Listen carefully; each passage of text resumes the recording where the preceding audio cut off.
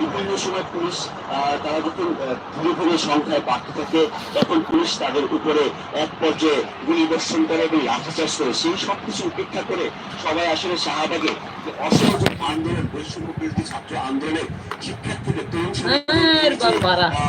যে আন্দোলনটা দীর্ঘদিন চলমান রয়েছে সেই আন্দোলন শাহবাগ থেকে জানাচ্ছেন আমাদের সহকর্মী আর ফররুখ বাবু সেখানকার সব নারী থেকে বয়স্ক নারী থেকে শুরু করে সব বয়সী নারীরা এবং পুরুষরা শিশুরা আমরা দেখেছি এই মিছিলে তার বাবার হাত ধরে মার হাত ধরে তারা এখানে এসেছেন। সেই সাথে আসলে বলতে হয় এখানে আসলে মানুষের সাধারণ মানুষ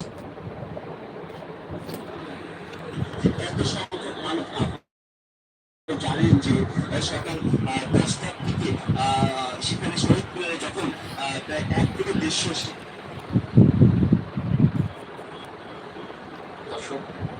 আমরা আবারও একটু কারওয়ান বাজারে যেতে চাই, সেখানকার সবশেষ পরিস্থিতি জানাচ্ছেন আমাদের সহকর্মী ঈশান নাসরুল্লাহ।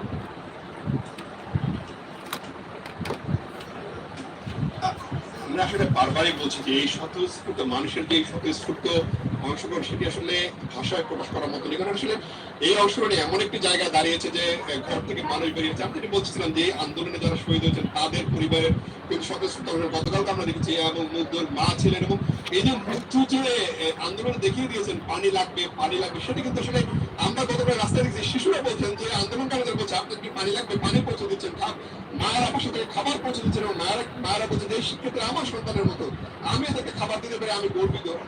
মানে এই আন্দোলনের শুরু থেকে কিন্তু আমরা একটা বারবার বলছিলাম যে এই আন্দোলন আসলে শিক্ষার্থীদের আন্দোলন এবং সেখানে সাধারণ মানুষের যে স্বতঃস্ফূর্ত অংশগ্রহণ সেগুলো আসলে কোনো ধরনের কমতি ছিল না।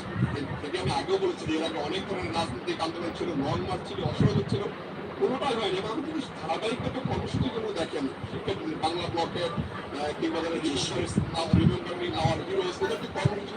বিশ্বাস বিরোধী আন্দোলন শুনে সেই স্লোগানগুলো ইতিমধ্যে গত 3-4 দিন ধরে আমরা এই ছাত্র জনতার সমাবেশ থেকে এবং ছাত্র জনতার পদযাত্রা থেকে আমরা দুপুর 4টা দিন ছাত্র জনতা করলো প্রেস ক্লাব থেকে কেন্দ্রীয় শহীদ মিনার সেদিন সেই প্রথম স্লোগান উঠেছিল স্বৈরাচার পতন যাক। সেই স্লোগান আসলে এখানে সবার মুখে এবং সবাই হাতে তালি দিয়ে এবং এই যে মানুষগুলো বিভিন্ন প্রান্ত থেকে রাজধানী তারা পায়ে হেঁটে এখানে এসেছে।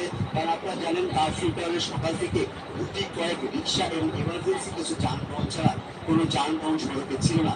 সেই মানুষগুলো এখানে ধীরে ধীরে জড়ো হচ্ছে। আমরা এখানে জানতে পেরেছি যাত্রাবাড়ি শনি 8টা থেকে তারাও এখানে সেখান থেকে হাঁটতে হাঁটতে এবং সেখানে কয়েক দফা সকাল 11টা থেকে 12টা পর্যন্ত সেখানে পুলিশের সাথে কয়েক দফা সংঘর্ষ হচ্ছে। সেই সংঘর্ষে কয়েকজনকে গুলিবিদ্ধ হয়ে ঢাকা মেডিকেলে অ্যাম্বুলেন্সে করে আনার চিত্র আমরা আসলে আমাদের ক্যামেরা ধারণ করেছি এবং আমরা সেই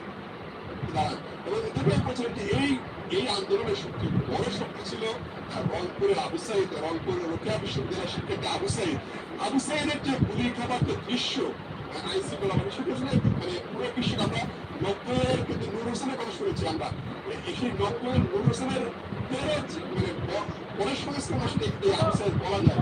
আবু সাইদের গুলি কিন্তু পুরো দেশকে দাগিয়ে দিয়েছে, পুরো প্রজন্মকে দাগিয়ে দিয়েছে।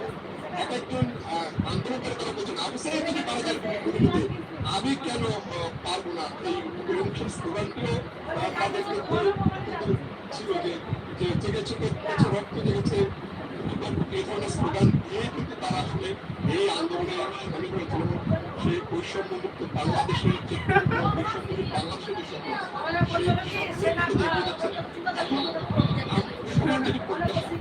যে এই আন্দোলন আন্দোলনের যাত্রাকে সাধারণ মানুষের কাছে পৌঁছে দিয়ে তাদের হৃদয়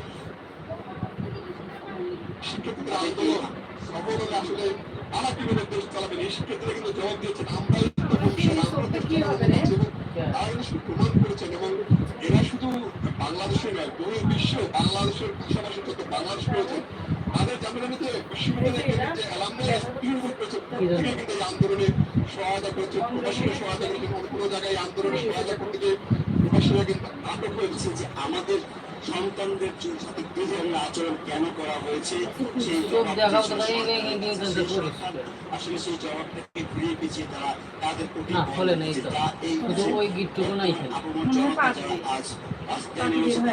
সেই আসলে বিষয়টা মেনে নেয়নি এবং সেই সাথে আসলে বলতে গেলে আসলে শাহবাগ